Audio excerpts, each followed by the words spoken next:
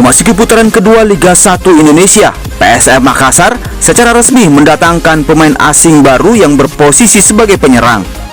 Victor Mansaray, pemain asal Amerika ini sebelumnya bermain di Liga Utama Vietnam. Bagi Victor, PSM bukan tim yang baru dikenalnya, lantaran Victor pernah menghadapi PSM Makassar di laga penyisian AFC Cup saat membela klub Vietnam Bekamex.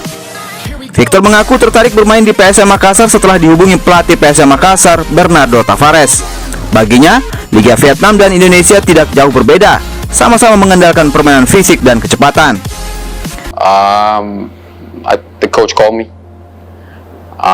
Me and Bernardo talked, and I have other options, but what he presented to me make more sense. And it seems like a really energetic coach. He has a lot of fire, and he believed in his job. So once the call came, I didn't think twice about it. He told me what the plan was to come here and how we expect to play.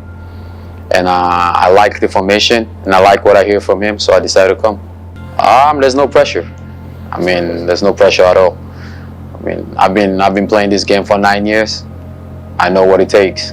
So coming here, and like you said, whatever the reporters are saying right now about pressure, no pressure. For me, there's no pressure.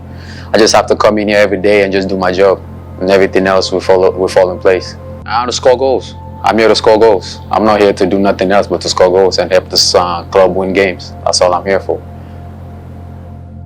PSM mendatangkan Victor Mansaray setelah ditinggal pemain tengah William Pluim yang berlabuh ke Borneo.